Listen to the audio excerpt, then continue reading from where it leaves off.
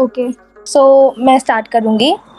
सो ऐसे देख सकते हैं कि should you buy a car और use a public transport. So वो पर्सन टू पर्सन डिपेंड करता है, क्योंकि ऐसे भी लोग होते हैं जिसके पास इतने रिच नहीं होते हैं कि वो कार बाय कर सके, तो वो लोग पब्लिक ट्रांसपोर्ट ज़्यादा सूट करता है उन पे। पब्लिक ट्रांसपोर्ट एक तरह से गवर्नमेंट को रेवेन्यू भी जनरेट करती है, जहाँ तक मुझे लगता है।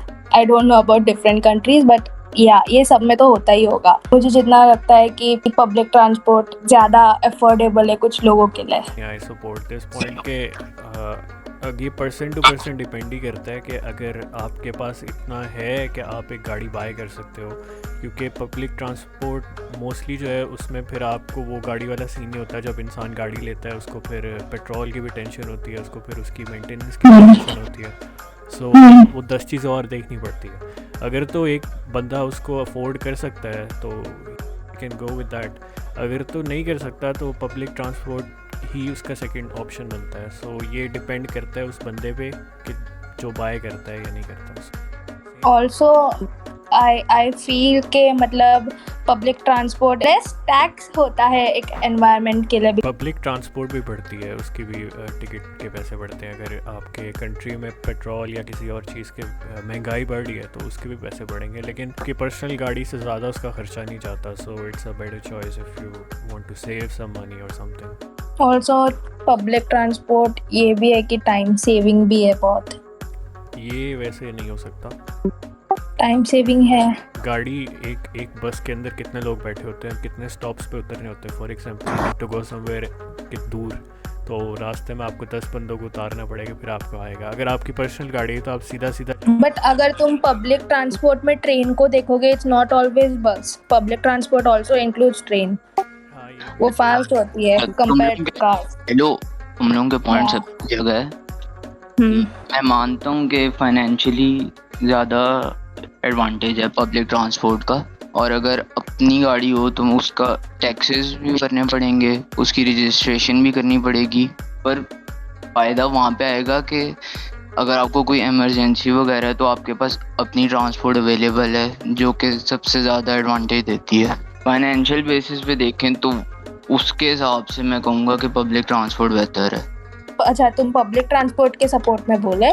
नहीं, दोनों के अलग पर्सपेक्टिव है, कोई एक चीज़ को सपोर्ट नहीं कर सकता हम, क्योंकि दो मुख्तलिफ हालात में यूज़ की जा सकती है दोनों चीज़। तुम्हें कार के इंश्योरेंस भी देने पड़ते हैं, वो बड़ी चीज़ होती है।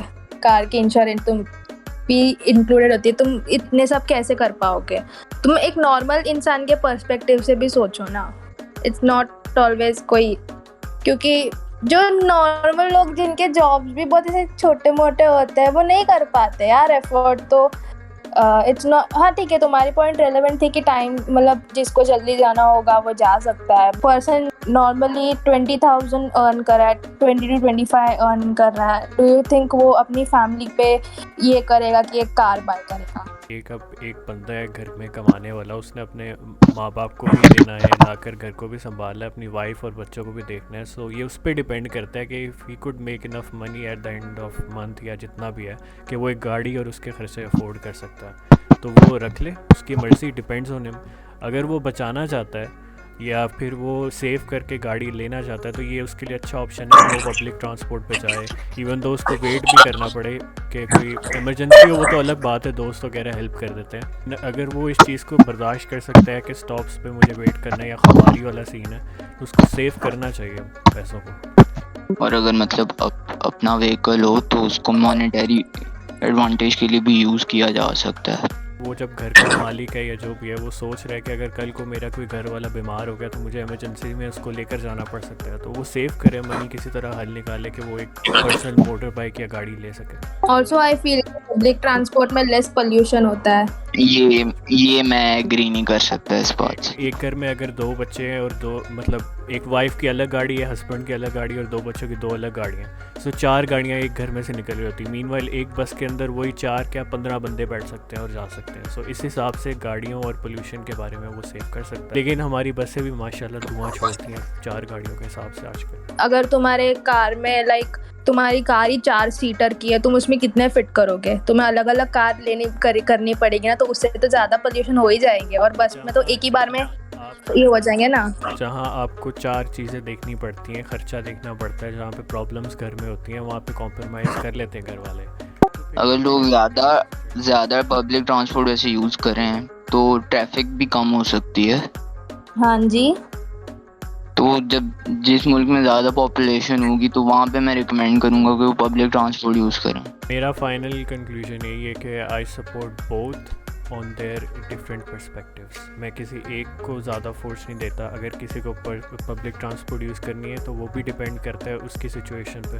अगर किसी को अपनी पर्सनल गाड़ी यूज़ करनी है तो वो उसके ख़र्चों पे डिपेंड करता है कि वो अफोर्ड कर सकते हैं या नहीं। अगर उसको पता है उसके घर में 8 बंदे हैं तो ये उस पर डिपेंड करता है कि वो गाड़ी कैसी रखे, कौन सी ले, नहीं तो फिर उसकी आधी फैमिली पब्लिक ट्रांसपोर्ट पे उसका कॉम्प्रोमाइज़ कर सकती है उसको। तो according to me I feel public transport better होगा फॉर, अगर हम सोचा जाए middle class and lower middle class family के लिए public transport is best, because as you know वो CO2 एमिशंस बहुत कम प्रोड्यूस करता है कंपेयर टू 3-4 कार्स एक ही बार में। And public transport is also environmental friendly, so I would suggest public transport. We are done with the first round.